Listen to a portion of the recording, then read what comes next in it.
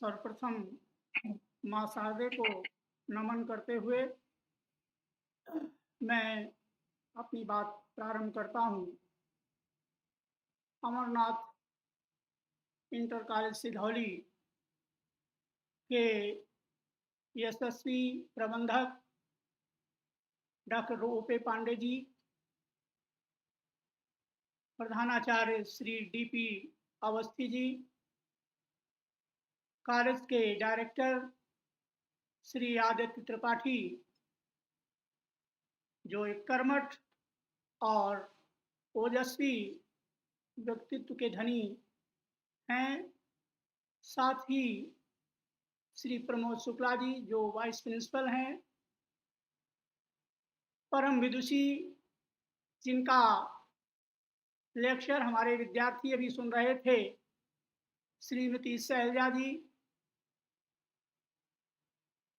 हमारे अपने विद्यार्थी मिस्टर संदीप शुक्ल, जो इसके ऑर्गेनाइजर हैं, और साथ ही शिखर अवस्थी, जो टेक्निकल असिस्टेंट हैं, अन्य सम्मानित शिक्षकों, प्यारे बच्चों, आपका इस ऑनलाइन व्याख्यान में हार्दिक अभिनंदन और स्वागत है। ये कार्यक्रम एमबीए पाठशाला की तरफ से इसमें सहायता प्रदान की गई है, इसलिए उसके भी एमबीए पाठशाला के संचालक भी साधुवाद के पात्र हैं। विद्यार्थियों, आज का जो व्याख्यान का विषय है वो है लॉस ऑफ बायोडायवर्सिटी या biodiversity loss, causes and conservation, जैव विविधता, क्षय, कारण और उनका संरक्षण। जैव विविधता शब्दावली का सर्वप्रथम उपयोग 1967 में आरएफ डैशमैन नामक वन्य जीव वैज्ञानिक और संरक्षणवादी विद्वान ने किया था।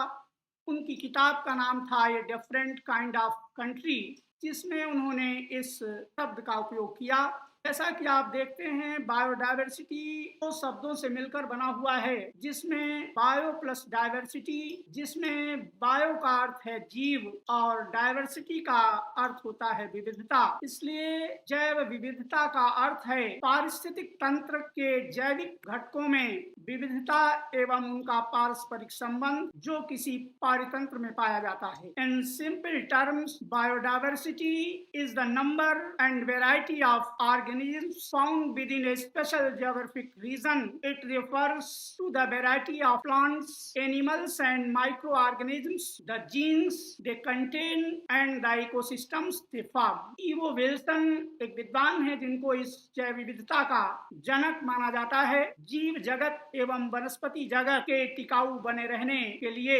पारिस्थितिक तंत्र की बड़ी महत्ता है। जैविक विविधता से पर्यावरण में संतुलन स्थापित होता है तथा ये विकासवादी प्रक्रिया में सहायक होता है। जैविक जगत लिविंग वर्ल्ड जैसे पेड़ पौधे, जीव जंतु तथा सूक्ष्म जीव, और अजैविक जगत नॉन लिविंग वर्ल्ड जिसको आप कहते हैं, अर्थात भौतिक तथा रासायनिक पर्यावरण में या भौतिक और रासायनिक पर्यावरण के स्वतः नियामक संबंधों को पारिस्थितिकी कहा जाता है। पारिस्थितिकी विज्ञान के विशेषज्ञों ने जो अध्ययन प्रस्तुत किया, उनका अनुमान है कि इस विश्व में जीव जातियों की संख्या 1 करोड़ से 10 करोड़ तक हो सकती है। भारत विश्व के उन 12 देशों में से एक है जहां पर भारी जैव विविधता पाई जाती है। जैव विविधता के उद्देश्य से भारत के 70% क्षेत्रफल का सर्वेक्षण किया जा चुका है। सर्वेक्षित क्षेत्र जिसमें 45,600 प्रकार के पेड़ पौधे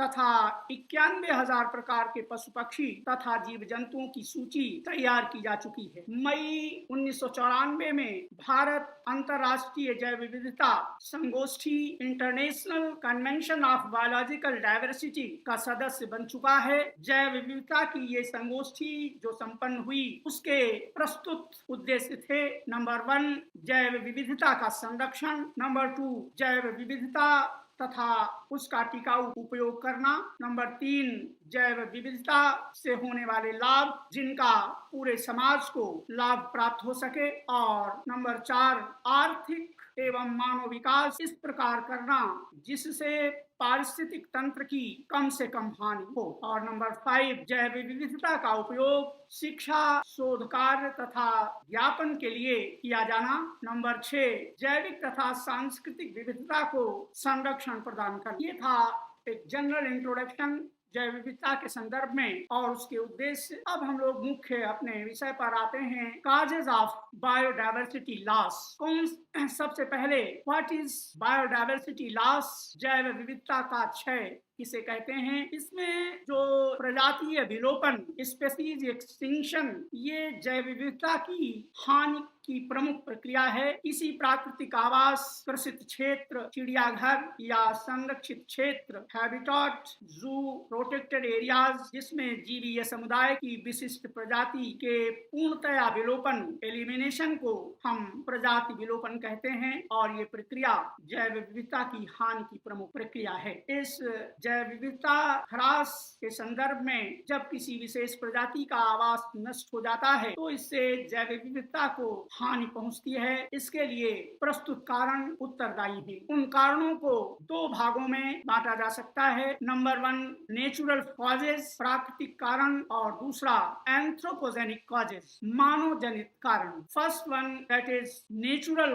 causes, include climate change, volcanic eruption, earthquakes, landslides, flood and droughts, tsunami, lack of pollination, epidemics in plants and animals. प्राकृतिक कारणों में जलवायु परिवर्तन, ज्वालामुखी उद्भेदन, भूकंप, भूस्खलन, बाढ़ और सूखा, सुनामी, परागण का अभाव, पौधों व जंतुओं में महामारी प्रमुख हैं। दूसरा ग्रुप है एंथ्रोपोजेनिक कॉजेज का, जिनमें नंबर 1, विकासात्मक गतिविधियों के कारण आवास का नाश, habitat loss due to developmental processes. जो विकास हो रहा है उस विकास के कारण जो हमारी विभिन्न प्रजातियां हैं उनके हैबिटेट नष्ट हो रहे हैं। दूसरा जो मानव जनित कारण है उसमें अनियंत्रित व्यवसायिक दोहन, ओवर एक्सप्लॉयटेशन ऑफ रिसोर्सेज, जो हमारे संसाधन विद्यमान हैं जिनका हम अपने व्यवसाय के संदर्भ में उपयोग करते हैं उनका जो विदोहन हो रहा है, क्योंकि exploitation is prohibited in the context of sustainable development. जब हम टिकाऊ विकास की बात करते हैं या टिकाऊ जैव विविधता की बात करते हैं तो ये ओवर एक्सप्लॉयटेशन जो है ये प्रोहिबिटेड होता है, ये निषिद्ध हो। क्योंकि इस धरातल पर जो भी रिसोर्सेज आप देख रहे हैं, चाहे वो नेचुरल हो, ह्यूमन हो, वे मनुष्य की आवश्यकता पूर्ति करने में सक्षम होते हैं, तभी उन तत्वों को हम संसाधन कहते हैं। इसलिए रिसोर्स में यूटिलिटी और फंक्शनल एबिलिटी का होना आवश्यक है और इस धरातल का या ग्लोब का कोई भी तत्व जो मनुष्य की आवश्यकता पूर्ति करने की क्षमता रखता है संसाधन कहलाता है। वे तत्व सभी जो किसी तरह मानव प्रयोग में आते हैं वे प्राकृतिक हो चाहे मानवीय, संसाधन कहलाते हैं। इसलिए इन संसाधनों का अनियंत्रित दोहन जो हो रहा है इसके कारण हमारी जैव विविधता में ह्रास हो रहा है। नंबर 3, शिकार करना व अवैध रूप से जानवरों की हत्या करना, कृषि भूमि का विस्तार। नेक्स्ट वन, दैट इज शहरीकरण, अर्बनाइजेशन। और ये अर्बनाइजेशन अनिश्चित शहरी विस्तार, कोई निश्चितता ही नहीं है, शहरों का विस्तार होता चला जा रहा है। ये सारी चीजें इस जैव विविधता के ह्रास के लिए उत्तरदायी हैं। इसके साथ ही साथ अगला जो इम्पोर्टेंट फैक्टर है दैट इज एनवायरमेंटल पोल्यूशन, पर्यावरणीय प्रदूषण, जो पॉपुलेशन एक्सप्लोजन का परिणाम है, जनसंख्या विस्फोट अर्थात रैपिड ग्रोथ ऑफ पॉपुलेशन का परिणाम है। इसको बढ़ते हुए जब इसका बुरा इफेक्ट हमारे पर्यावरण पर होता है तो भी हमारी जो जैव विविधता है वो प्रभावित होती है। इसी के साथ साथ अगला जो पॉइंट है दैट इज वेटलैंड रिक्लेमेशन, आर्द्र भूमियों का सुधार। माने जो आर्द्र भूमियां, वेटलैंड्स हमारी जैव विविधता के लिए एक अच्छा माहौल, एक अच्छा वातावरण उपस्थित कर रही थी, उनका सुधार करके उनके आवास पक्ष, हमारे जीव जंतुओं के आवासों को नष्ट किया जा रहा है। इसलिए ये भी एक इम्पॉर्टेंट फैक्टर है इस दिशा में। अगला जो प्रमुख पॉइंट है दैट इज समुद्री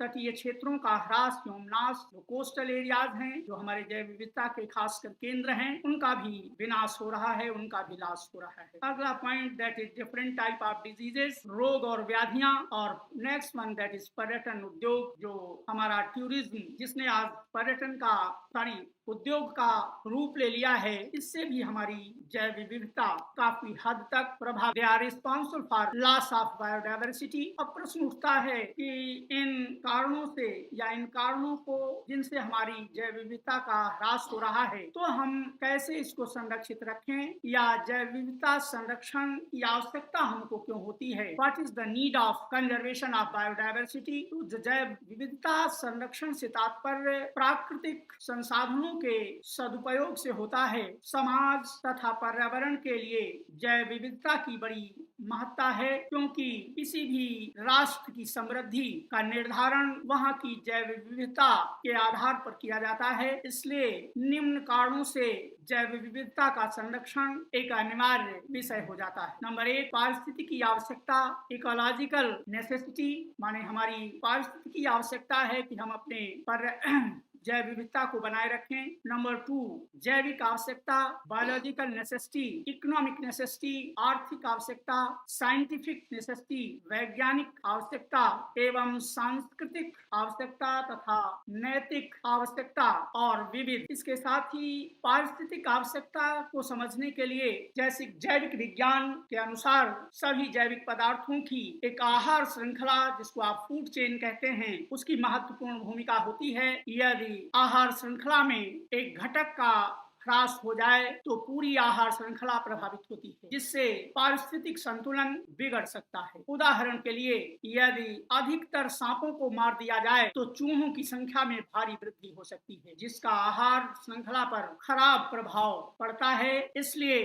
पारिस्थितिक संतुलन स्थापित करने के लिए जैविक विविधता का संरक्षण अनिवार्य है। नंबर 2, बायोलॉजिकल नेसेसिटी, बढ़ती हुई जनसंख्या की भोजन की आवश्यकताओं की आपूर्ति के लिए हमें फसलों तथा पशुओं पर आधारित रहना पड़ता है। फसलों तथा पशुओं से प्राप्त होने वाले उत्पादन को बढ़ाने के लिए उनके बीजों तथा पशुओं की नस्लों में निरंतर सुधार करना होता है। ऐसा करने के लिए आनुवंशिक अर्थात जेनेटिक करेक्शन नेसेसरी है। आनुवंशिक सुधार के लिए देशज जीव जातियों की आवश्यकता पड़ती है। इसलिए पारिस्थितिक संरक्षण एक जैविक आवश्यकता है। Next one, that is economic necessity. One, पशु, पालतू जानवर, पशु पक्षी तथा पेड़ पौधे मानव समाज के लिए बहुत ही उपयोगी हैं। पेड़ों से ईंधन, टिम्बर, लुगदी, कागज, रबर, औषधियां, गोंद, लकड़ी का कोयला, लाख इत्यादि प्राप्त होता है। और पशुओं से पौष्टिक आहार, फर, ऊन,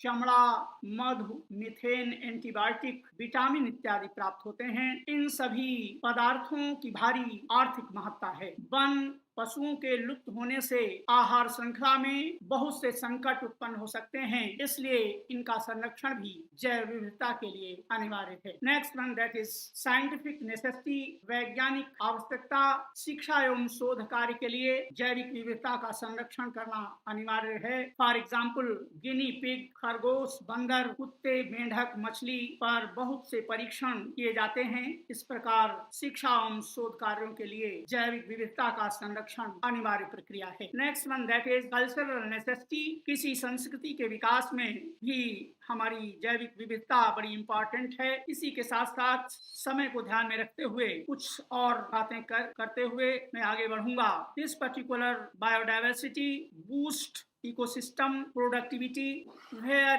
each species, no matter how small, all have an important role to play. A larger number of plant species means a greater variety of crops. Greater species diversity ensure natural sustainability for all forms. The world should conserve it so as to maintain the food chain. A disturbance in food chain may be affect the whole ecosystem. All the things they are discussed earlier, they are important for biodiversity laws. Some Indian initiatives for the conservation of biodiversity. Bharat के द्वारा कुछ initiative लिए गए इस जैव विविधता के संरक्षण के संदर्भ में, उनका उल्लेख यहाँ पर आवश्यक है, जिनमें national plan for conservation of aquatic ecosystem, wetland conservation and management, rule 2017, the Biological Diversity Act 2002, Wildlife Protection Act 1972, 5 June world environmental day 5 जून को पर्यावरण दिवस के रूप में मनाना, 22 मार्च वर्ल्ड वाटर डे जल दिवस के रूप में 22 मार्च और 22 अप्रैल एज अर्थ डे पृथ्वी दिवस के रूप में मनाना, लास्ट सैटरडे ऑफ मार्च का अंतिम जो शनिवार है उसको अर्थ आवर के रूप में मनाना। These are the different strategic measures for the conservation of biodiversity, जिनमें the Secretariat of the Convention of Biological Diversity is pleased to announce the Biodiversity Day 2022 slogan Building a Shared Future for All Life। दिसंबर 2022 जो वर्तमान year चल रहा है उसमें biodiversity की जो प्रमुख थीम थी उसका जो स्लोगन है वो है building a shared future for all life, सभी जीवों के लिए साझा भविष्य का निर्माण। तो मित्रों, ये था बायोडाइवर्सिटी ह्रास के प्रमुख कारणात और बायोडाइवर्सिटी को संरक्षित करने के लिए कौन से मेजर्स अपनाए जा रहे हैं उनका उल्लेख, क्योंकि अगर हम इन चीजों का ध्यान नहीं रखेंगे तो इससे हमारा पर्यावरण अवनमित होगा और हमारा भविष्य खतरे में होगा। लेकिन आप जानते हैं कि इसमें घबराने की जरूरत नहीं है, हमको इनका डट कर मुकाबला करना है। जो भी हमारे प्रॉब्लम्स आती हैं, बर्निंग प्रॉब्लम्स हमारे सामने, उनका हम डट कर मुकाबला करें। और हमारी जो प्रकृति है, नेचर, ये स्वयं में कुछ चीजों का समाधान या यूं कहें लगभग सभी समस्याओं का समाधान, लेकिन आपके रास्ते में कुछ कठिनाइयां आ सकती हैं। आप विचलित न हो, क्योंकि मैं इस संदर्भ में कुछ पंक्तियां कहकर अपनी बात को विराम दूंगा। वो पथ क्या, पथिक कुशलता क्या, जिस पथ में बिखरे सूल न हो, नाविक की धैर्य परीक्षा क्या, जब धाराएं प्रतिकूल न हो। आपका हौसला होना चाहिए, आपके अंदर एक जुनून होना चाहिए, क्योंकि मंजिलें उन्हीं को मिलती हैं के सपनों में जान होती है। पंख से कुछ नहीं होता, हौसलों से उड़ान होती है। मेरे जुनून से नतीजा जरूर निकलेगा, इसी स्याह समंदर से नूर निकलेगा। धन्यवाद। जय हिंद, जय भारत। धन्यवाद डॉक्टर साहब। अभी हमारे मध्य परम आदरणीय प्रकांड विद्वान ने अपना बहुमूल्य समय देते हुए जैव विविधता विलोपन और उसके संरक्षण पर पर्याप्त रोचक और बहुमूल्य जानकारी प्रदान की। डॉक्टर साहब, आपका हार्दिक आभार, धन्यवाद। अब मैं विद्यालय के वाइस प्रिंसिपल श्री प्रमोद कुमार शुक्ला जी को आमंत्रित करूंगी कि वह डॉक्टर साहब के प्रति कृतज्ञता व्यक्त करते हुए उन्हें धन्यवाद। We, the teachers as well as students of Amarnath Indoor College, are really extremely grateful to Dr. P.R. Shukla sir, who gave his precious time and provided most valuable information about biodiversity. His valuable lecture will help us keep our environment healthy to live in. Biodiversity जैसा महत्वपूर्ण विषय जिस पर हम लोगों की जानकारी बहुत सीमित थी कि our information was in bits and pieces. इतने संवेदनशील विषय पर डॉक्टर साहब ने इतना सरल और रोचक व्याख्या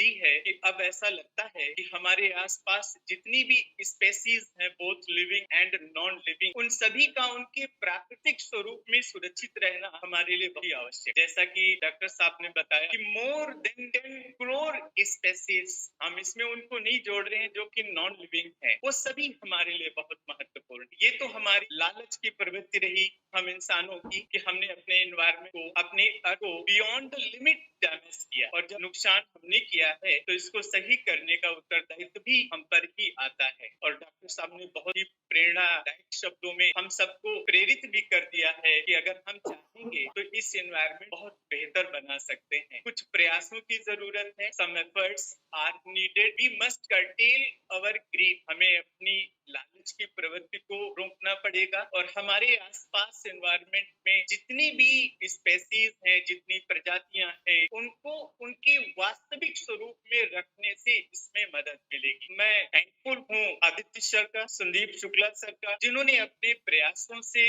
इतने महत्वपूर्ण प्रोग्राम को संभावित कर दिखाया।